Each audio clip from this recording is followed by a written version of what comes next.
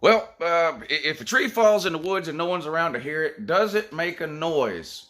I don't know, but the Gator Bowl and the Outback Bowl are on, and they're both one-score games in the in the second half. Ole Miss and Indiana, Kentucky and NC State. Kentucky's up on NC State by one score. Ole Miss up on Indiana by one score. Maybe we'll get some good endings at least. And of course, two more New Year's Six games coming up later today. Fiesta and Fiesta and what's the other one? If a tree falls in the woods. Oregon and Iowa State and North Carolina and Texas A&M. But anyway, that's not the news. I'm sorry, my voice is still gone from the best bowl game we've had, which of course was the Peach Bowl. My Georgia Bulldogs, no problem beating an undefeated, higher ranked Cincinnati team. What an amazing job for my dogs heading into next season. Need JT Daniels to come back, but you already know Georgia might be ranked preseason number 1 next year. A lot of you will be mad. You know who won't be ranked preseason number 1 next year? Texas. Texas is back to looking for coaches again. They fire strip club bouncer turned head coach Tom Herman.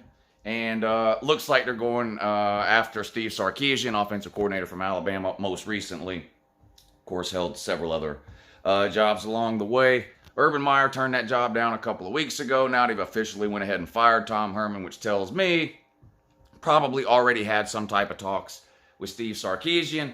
And maybe we're just waiting till after the first playoff game or whatever the case. I'm sure Sarkisian will remain with Alabama through the national title game. Most Alabama assistants who have taken other jobs in the past have done that. Kirby Smart did it. Lane Kiffin, I believe, left. He couldn't wait to get out of Tuscaloosa. That damn Lane Kiffin. Anyway, Texas fires a coach again. They're going down the road of Tennessee is what's happening. Is Sarkisian going to be a good head coach? I don't know. But when you're in the habit of firing coaches for whatever reason, every 3 or 4 years, it's not a recipe for success. You've got to give coaches time. Now, I know you're Texas. You love telling everybody that you're a blue blood. You love telling everybody how good you were a long time ago. You love telling everybody that you used to be able to beat Oklahoma and win your conference. I get that. But, you ran Mac Brown out. He's now got North Carolina. North Carolina today is a better program than Texas. First of all, that's a shame on so many different levels. North Carolina should never be a better program in football than Texas, but it is right now, and they've got the last decent coach you had, and you fired him. This is just, it's alarming on a number of levels. But you run Mac Brown out of town. The whole, who was it, Charlie Strong? How'd that work out? Not very well.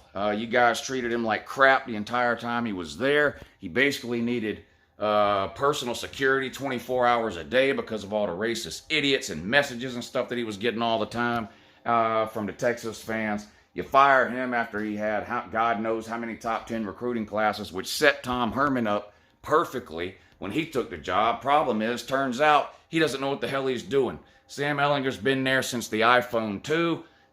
His best year was 3 years ago.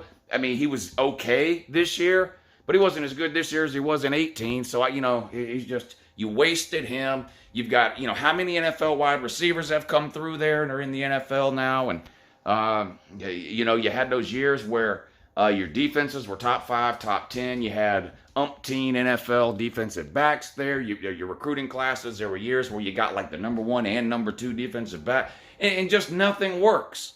So you run Tom Herman off after a coronavirus year, which is ridiculous. Now, South Carolina did that. Okay, fine. Will Muschamp was terrible last year and the year before and every year that he's been in South Carolina and Florida. Great.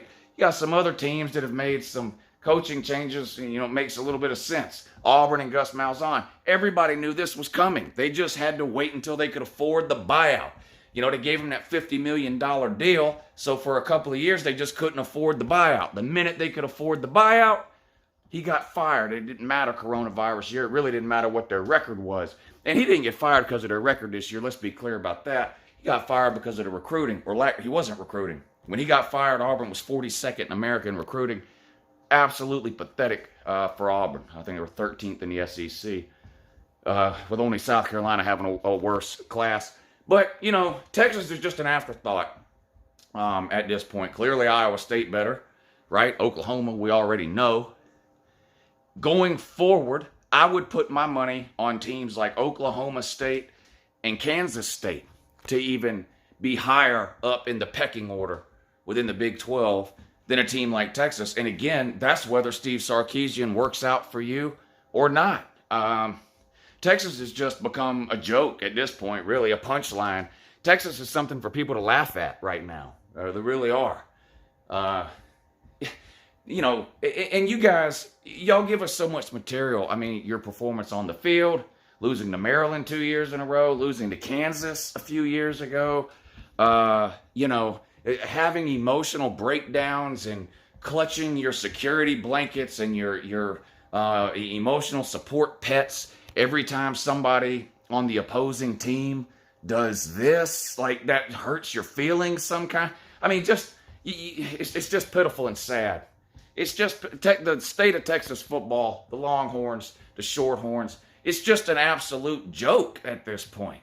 And God bless you if you think Steve Sarkisian is the answer to all your problems.